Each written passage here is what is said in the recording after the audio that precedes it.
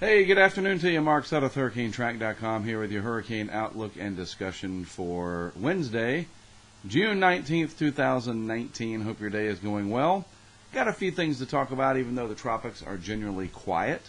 A couple things I want to analyze, and we'll take a look at what might be coming up in the eastern North Pacific in about a week's time. Other than that, things are nice and quiet, which is typical for this time during the hurricane season. No surprises there, at least for the Atlantic Basin. It has been very quiet globally for quite a while now, and that is a little bit unusual. It just makes me wonder which of these two scenarios is likely to occur. That we're just not going to have much activity anywhere around the globe this year. That's possible. Or will one basin take over and become the dominant producer of tropical cyclones this year? We'll just have to wait and see. It could be the Atlantic Basin that does that. It could eventually become the Western Pacific's job to crank out typhoon after typhoon. Maybe it's the Central Pacific, maybe it's the Eastern Pacific. Hard to say, but things are certainly quiet right now. We can take a look at that. We'll just do this real quick. Nothing out near Hawaii, nothing to worry about there. Eastern Pacific, nice and quiet, as is the Atlantic Basin. So we'll get rid of this tab. Real quick, a look at the Atlantic Basin wide shot here. This satellite picture, courtesy of the University of Wisconsin. So not only do you have great cheese, but you have great satellite pictures and tropical analysis to go with it. All right, so there you go. Look at this Saharan air layer. Excuse the remnant post-nasal drip. Very, very annoying. Just lingering and lingering. Kind of like this Saharan air layer out here, right? Very dry, very stable atmosphere advex off the continent of Africa here. Dry, stable air with particulate matter suspended in that. We call that sand or dust. And a little bit of convective activity suppressed fairly far to the south. There's 10 degrees north latitude right there, roughly. So, yeah, that's pretty far to the south. A little bit of shower and thunderstorm activity trying to approach the Windward Islands, but fairly strong upper-level winds still cutting across the deep tropics out here. Fairly typical for this time of the hurricane season. Remember, it's only getting towards the latter third of June, and it's going to take a while for the winds to calm down. It takes a while for things to get going, which is fine by me. The longer it takes, the better, right? Off the east coast here is the mid-Atlantic region, Carolinas and Florida as examples. We'll watch what happens with this energy. Some of the computer modeling suggesting one of those small, short-lived systems similar to Andrea might try to develop in the waters off the southeast coast, but if it does, it should be fairly weak. Pressures are quite high across this area. There's no real driving mechanism in the atmosphere to get something like this going. You never say never, because the weather always has a surprise for you, somewhere. And we'll just watch and see what happens. If anything's going to happen across the Atlantic Basin, it would be in this area, which is typical. These sort of subtropical, they're not sort of, they are. These subtropical systems like to develop in the subtropics, which is where this would be located. And other than that, that's about it. Some of this energy here may be associated with a tropical wave, probably going to work its way into the eastern Pacific and try to develop here off the coast of Mexico in the next several days. And I can show you that on the brand new GFS, the GFS FV3 or whatever it's called. I'm just going to call it the GFS, the Global Forecast System. And this is the Eastern Pacific. Let me show you what's what. That's the west coast of the United States right there, the Baja California, the Baja Peninsula, west coast of Mexico down to Central America. Now I will outline the eastern side, and it's kind of like being back in kindergarten where you got to follow the lines. There's Hawaii. We'll just draw a line around Hawaii. All right, so there we go. That's our outline of the land masses. And you see a nice dominant area of high pressure sitting over the eastern North Pacific. Trade winds down here blowing along generally from east to west No changes, nothing out of the ordinary one way or the other. Everything's pretty much ho-hum, status quo out there. Now let's just scroll this. I like this little slider. They've got that blue dot. Let's scroll this out into time, past day 3, day 4, and day 5 right there. 5 days out, still nothing really happening down here off the coast of Mexico. But you notice there's a little bit of a westerly wind component right here. Let's use red, shall we? Some of these wind barbs coming in from the west at 5,000 feet. That's the layer of the atmosphere that we are analyzing right now, the 5,000 foot level, or about 850 millibars up. And then you got the regular trade winds coming around this way. So this little bit of anomaly here, this anomalous flow from west to east, might help to try to get something started right in here. This is about 5 days out or so, roughly. So let's see how this progresses as we advance this to about day 6. Now, more of that energy tries to bundle as the Windows computer behind me talks to me, and maybe south of Mexico. But, no worries. I don't see any reason to believe with this strong high pressure ridging in from the Atlantic, fairly strong high pressure overall, not really much of a weakness in between the two, but the steering currents are generally going to be out this way. So it's just not the time of year that you get these developments and they easily come up into Mexico. They can do it, make no mistake, but I don't see that being the case just yet with this system. Hour 144 going out to about 168 there. That's a week out, and we'll stop there. There's the system. The European has been hinting at this as well, the ECMWF model. So we'll watch and see what happens. Notice the flow coming around, maybe driving some moisture into New Mexico. I'll be looking for, mainly in July, an increase in moisture that can come out of the Sonoran Desert, out of Sonora in Mexico, maybe into Arizona for the monsoon to kick in. I'd like to go out there in July, and I think that's going to happen this year. Thanks to our patrons on Patreon and other factors that are in my favor, as they would say. We'll talk about that later, though. So, anyway, excuse me. My goodness, such an annoying... Go away. Such an annoying throat. It's not even a throat thing. It's congestion. And not even congestion. It's post-nasal drip. But it's annoying. I think we can all agree with that. We'll see what happens with this. It moves on out after day 7. That's way out in model fantasy land. All right, here's what I want to show you. Bring me back for a moment. Temperature anomalies are interesting to look at, but they are not what drives hurricanes. It's the actual temperature of the ocean, right around 80 degrees Fahrenheit, 26 Celsius, and fairly deep into the ocean, not just at the skin of the ocean, the surface. You need it about 10, 20, 50 meters, 100 meters deep. The deeper that warm water, or what we call the isotherm, the deeper that isotherm goes, 80 degrees we'll call it, Fahrenheit, then the more upper ocean heat content there is. And that's one way you get hurricanes to develop, tropical cyclones. You also need moisture in the mid-levels of the atmosphere, sufficient moisture, humidity, relative humidity, that kind of thing, from the latent heat that gets trapped from all that warm water. You need a pre-existing disturbance, light winds, all that kind of stuff. But anomalies, departures from normal, do factor in, because you say, okay, we got the ingredients in place, but some of those ingredients could be a little extra strong, if you will, a little bit extra favorable. Upper level winds could be very favorable, where you have almost zero shear. We saw that very often in the 2005 season as an example. Water temperatures could be extra warm, so you have more fuel. You might have a more moist atmosphere than normal.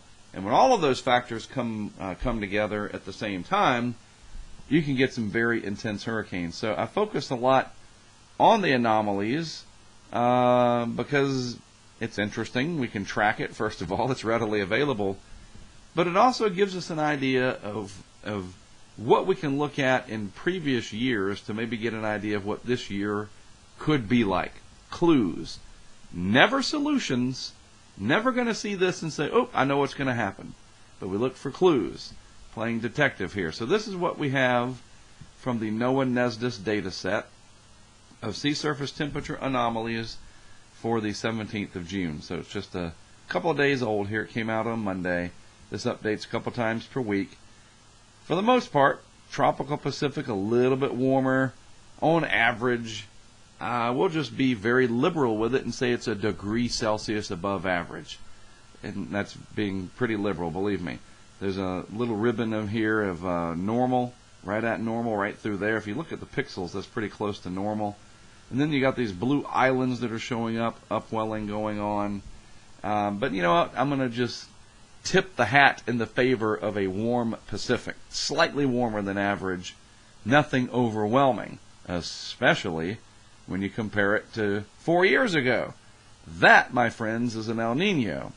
That is, well, sort of an El Nino. Technically, Climate Prediction Center, I haven't even checked if the Bureau of Meteorology has considered this an El Nino or not from Australia, but that definitely was. Notice 4 years ago how cold the Atlantic was relative to average in the tropics anyway. Subtropics were very warm compared, excuse me, hate this so much, to the long-term average. I totally lost my voice last week. On Tuesday into Wednesday, we were trying to premiere the movie down there in Tallahassee. You talk about frustrating. Wow. But anyway, it's back, so don't waste my breath ranting about nothing. So that's an El Nino. That's not so much an El Nino as it's trying to be. Notice too the Atlantic Basin this year, a little bit warmer than average down in the main development region, considerably warmer overall in a very large section of the western Atlantic. And it's interesting to note that the subtropics up here in the North Atlantic, generally colder. So you have this colder look over the warmer look. That's a big negative up there. That's a big positive. It's not overwhelming, but enough so that we don't have this weird, out of balance kind of look like we had in 2015. This was just out of balance because all this warm water leads to general upward motion and lower pressures up here. And then you have air that rises up here in the subtropics, sinks in the tropics, sinking air dries out.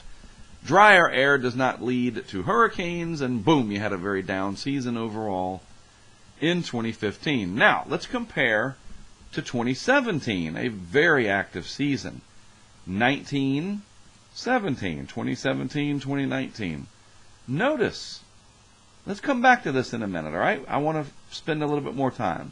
How about last year at this time? Oh, really can't compare the Atlantic at all. Put a big X over here. Early on, a lot of the energy was up here in the subtropics. Looked a lot like 2015.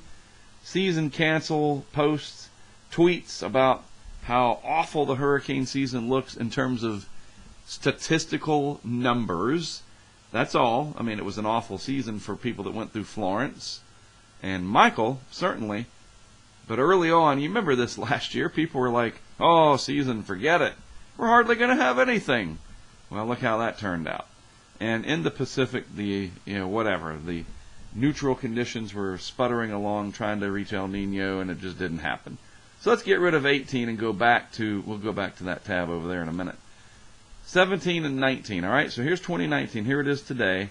Notice the tropical Atlantic and notice the tropical Pacific as I go between these two tabs, all right? Very much warmer. Got to be careful when you say very much. It makes it sound like it's like way above. Noticeably warmer is a better way to say it compared to average 2 years ago in the Atlantic, but not that much. You know what I mean? Look at that. It's, and look at the similarities up here in the North Atlantic between 2 years ago and now. Colder North Atlantic back then, warmer deep tropics, yes. And it gave us the likes of Irma, Jose, Maria, and all the misery that those caused, right? Pacific is almost identical, a little bit warmer overall this year. But, those 2 years, 17 and 19, seem to be similar. cousins, perhaps. Not necessarily brother and sister. You get the analogy. They're related, but kind of removed, all right? You're never going to have an exact match. But looking at those two, I'm presenting the evidence here.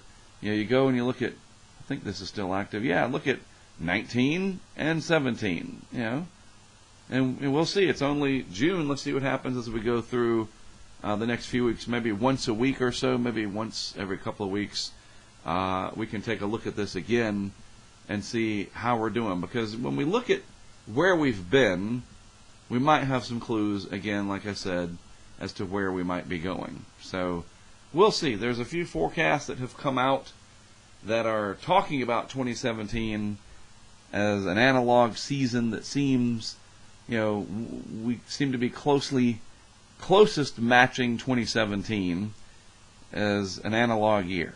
But that doesn't mean you're going to have the same results. They're very careful to differentiate the two. We're looking for clues, but we don't yet have a suspect named. Does that make sense? We're still working on it. Alrighty. This is doing well on Amazon. I appreciate the support from folks. It's still just, I can't believe it when I look at this and I see it on there. A great distribution system for the United States and the United Kingdom. It's also on YouTube through PayPal. You can go to YouTube, go to PayPal, and you can rent it there. It's on Amazon Prime for rent or purchase pretty much on any device. But if you want to watch it on YouTube, a few people have asked if I'm going to put it on YouTube for free. I can't do that. It's not fiscally responsible of me to do that.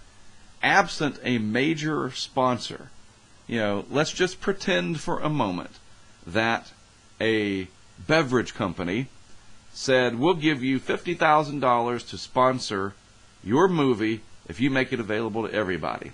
Then sure, I'd be glad to do that. That's what PBS does when they get underwriters, and that's how television works. You have ads. I don't want there to be ads. I want you to watch the whole thing uninterrupted, and so we did it this way, through crowdfunding.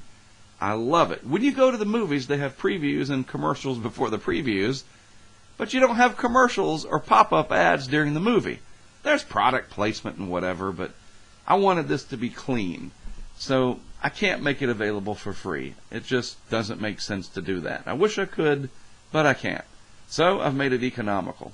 $14.99 off of the YouTube purchase. Buy now right here. Go to PayPal or Amazon Prime Video. You can rent it there for $3.99 or buy it for $12.99.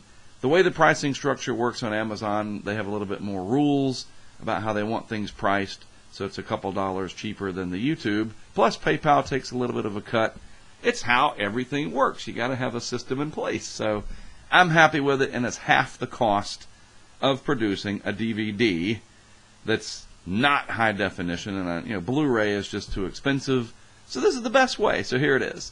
I appreciate the reviews people have left. There they are. Some of these people I know personally. Some of them I do not.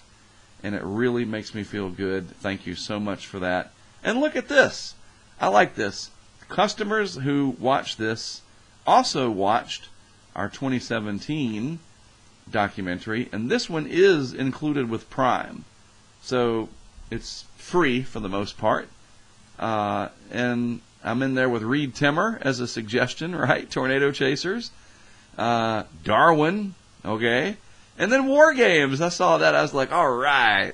I mean, look, this is all the stuff that us weather geeks and sci-fi nerds, and I have no beef admitting that I am a nerd, all right? I mean, I love this stuff.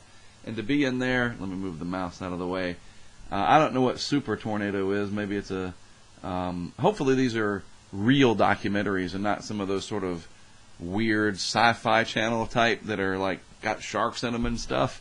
I bet the Reed Timmer one's good. It's on Prime, and I'm an Amazon Prime member. Now that I've seen that, you can watch Reed's, you can watch mine, and I'll watch Reed's as well. See what he's been up to. That's pretty cool. Isn't it neat that we can do this now? We can be independent filmmakers, scientists, educators, and in my case, music composers too, because I do the music for mine. And I'm actually going to do a featurette about that, hopefully in the next few days, and I'm going to post that on YouTube to talk about how I did some of the things I did, sort of behind the scenes of how this documentary came together. All right, enough from me. Hey, look, my voice stopped messing up as I got through with everything. Classic, isn't it? Have a great rest of your Wednesday. Thanks, as always, for tuning in. From your side of the screen, without you there's no reason for me to be here. So I thank you. Have a good one. I am Mark Sudduth for HurricaneTrack.com. We'll talk again tomorrow or Friday, something like that. Have a great rest of your week. We'll talk again soon.